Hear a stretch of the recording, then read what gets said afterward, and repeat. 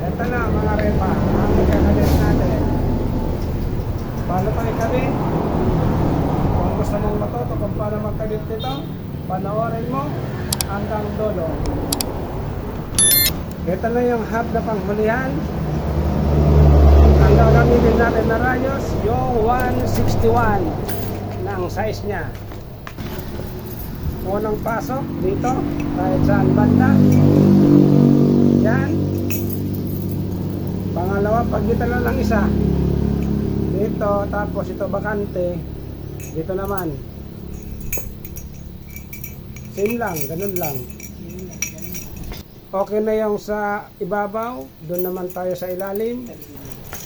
Kung saan to nakatapat na isang to, dito ka maglalagay na rayos. Ito yung katapat nito. Yan yung katapat niya. Diyan tayo maglalagay ng rayos sa ilalim. Tapos ganun din, talaktawan mo ng isa bago ka maglagay uli. Kung ano yung ginawa mo sa ibabaw, ganun din sa ilalim. Okay na? Okay na yung kabila. Lagyan na natin. Doon naman tayo sa kabila naman sa ilalim nito. Yan na. Ito na yung ibabaw niya. Ito tayo maglalagay. Paglalagay dito, torta na ng isa. Ito naman. Ganon din ulit. Kung ano yung procedure ng una, ganon din ulit. Kasi ito ng pag-ano ng rayos, yung alignment, pag-align ng rayos, hindi ito madali ang nagawain. Bawal dito ang mainipin. Kung mainipin ka, walang mangyayari. Paktay ang kinabuhi mo dong. Ilalagay naman natin to sa ring. Kung paano, sundan mo lang. Ang una kong hinahanap, ito, yung pasukan ng pito. Pasukan ng pito. Tapos ito, dito ako maglalagay ng unang rayos. Dito sa anong ito. Pagitan na to. Ito yung butas ng pito. Diyan tayo sa tabi ng butas ng pito. Diyan tayo maglalagay ang ilalagay natin na rayos. Yung rayos dito sa unahan, dito sa harap na to, ang unahin natin na ilalagay yung rayos sa ilalim. Ito yung rayos sa ibabaw. Ito yung rayos sa ibabaw. Ito naman yung rayos sa ilalim. Rayos sa ibabaw. Ito naman yung rayos sa ilalim. Ito yung unahin natin ipasok doon sa katabi ng pito. Ito yung lock niya. Gawin natin. Yan. Sa paglalagay nito, huwag mo masyadong isasagad. Itong lock. Huwag masyadong isasagad yung lock. Yung sakto lang. Saktong higpit lang. Pangalawa, yung katabi na naman ulit, yung sa ilalim ng rayos. Sunod nito,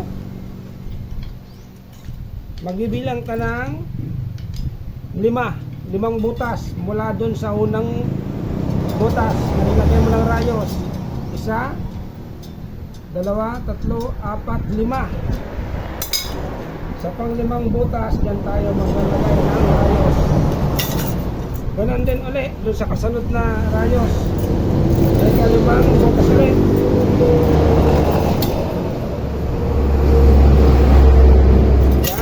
Sunod lang. Sunod lang yung paglagay. Kung ano yung unang step sa unang paglagay ng rayos, ganon din ulit yung gagawin ko sa ibang rayos. Yung unang step, yung unang step. Yan na, malapit na yung una natin. Yung una natin na rayos sa ilalim.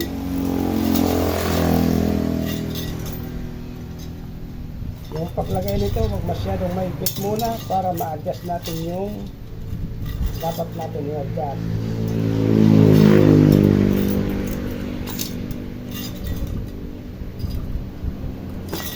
Yan na. Okay na yung sa ilalim na rayos. Dito naman tayo sa ibabaw na rayos. Yan na. Yung unang rayos sa ilalim, sunod natin yung sa ibabaw. Yung sa ibabaw naman, ilalagay natin yan sa pangatlong butas. Simula dito, 1, 2, 3. Dito ka na maglalagay.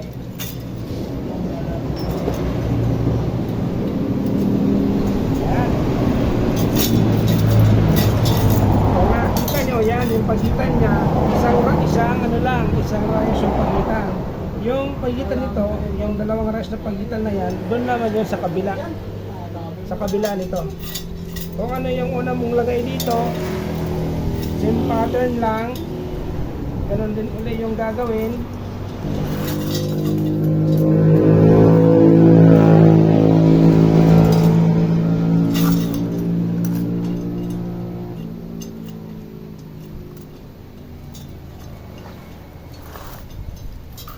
Yan na. Yung unang yung sa bawal na rayos na una, malapit na natin itong matapos. Kung ano yung ginawa sa una, ganun din sa mga susunod na rayos. Yan na, isang butas na lang, matatapos natin yung kalahati nito. Ayan na. Ito na yung pinalabasan ng kalahati. Dito, kung ano yung ginawa mo dito sa una, dito sa kabila, same lang. Same lang yung procedure niya. Magsisimula ka ulit doon sa katabi ng botas ng pito. Yung botas na para sa pito, doon ka ulit magsisimula. Ito yung botas ng pito. Dito rin tayo ulit. Dito rin tayo maglalagay ng rayos. Yan. Ilagay na natin yung rayos. Same din. Lagyan na natin to. Ganun din ulit. Bibilang pa rin ulit na ng 5. Ng 5. 1, 2, 3, 4, 5. Pang-5 butas. Yung sa ilalim na rayos. Doon sa ilalagay. Same procedure. Kung ano yung ginawa sa una. Ganun din ulit.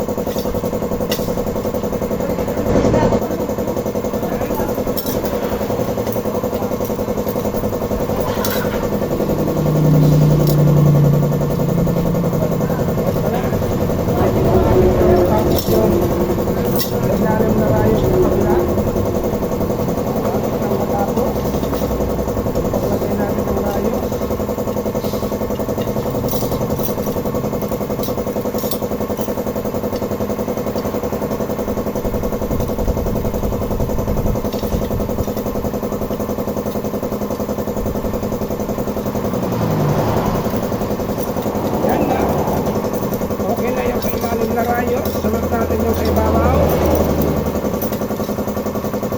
Yung sa ibabaw, yung huling paglagay ng rayos.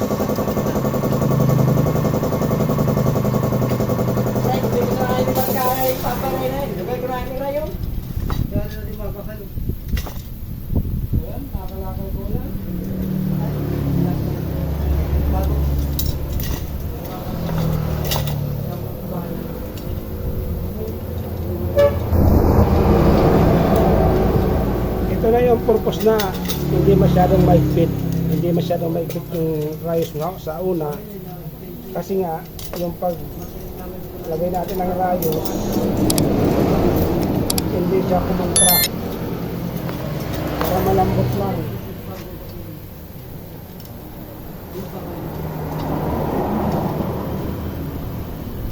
Ito na, ilang piraso na lang. Tapos na natin yung saulian. Bago natin to isalang, higpitan muna natin to. Yung unang paghigpit, ang unahin mo yung nasa loob na rayos. Ito, nasa loob na rayos. Yan ang unahin mo agad sa paghigpit, tapos pantay-pantay lang. Sunod naman natin yung sa labas na rayos, itong sa labas. Yan o. Yung sa labas na yan. Nakadepende sa iyo kung ano yung mga gusto niyong diskarte. Kasi ako, ang diskarte ko, ang inuuna ko lagi, yung sa loob na rayos. Sinusunod ko na lang yung nasa labas na rayos. Nakadepende din sa inyo kung ano yung gusto nyong trip nyo, pero ito, tips dun sa gusto matuto kung paano mag-align. Kung nakikita nyo, yan o. Yan, yung pagitan yan, yung mga pagitan ng pagigpit, halos pararehas lang. Halos pararehas yung kanyang higpit. Yan o.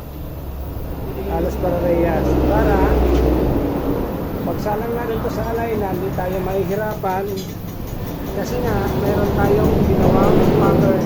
Yung pattern natin kung paano paglagay ng rayos. Yan o. Pag mayroon kang pattern, hindi ka mahihirapan kasi mayroon kang guideline. So, yung rayos niya, 184 ang size niya na by 9. Unang paglagay, ganun din kung ano yung ginawa natin doon sa una, ganun din yung paglagay dito. Wala siyang pinagkaiba doon sa una natin na ginawa. Same lang yung butas nila. Doon sa una, yung paglagay ko doon, sa paglagay ko naman dito, iibahin ko naman. Una, hindi tayo maglalagay. Pangalawa, yung katapat nito, dito tayo maglalagay. Yan o. Yung katapat nito, kung ano ang katapat niya, yan. Kung ano ang katapat niya, ito, yan o. Kung saan ako naglagay, dito, yan. Makati ng isa, lagay dito, sa katapat. Lagay, tapat ulit. Then, process din. Pero yung paglagay natin doon sa una, tinuna natin yung nanino sa ibabaw. Ngayon naman, tinuna natin, pinagsabay na natin. Yan. Tapos na yung sa kabila. Sa kabila naman tayo. Same process. Pag mayroon kang pattern, hindi ka dito malilito. Dapat talaga mayroon kang pattern or guidelines kung paano ito gawin. Kung wala kang guidelines, mahirapan ka. Kung susundan nyo yung tips na mga turo ko dito, mas maganda kasi mas mabilis mong matututunan. Kasi meron akong pattern. Hindi ko na pinakita kung paano paglagay nito kasi dun sa una, same procedure lang siya sa paglagay ng rayos sa ring.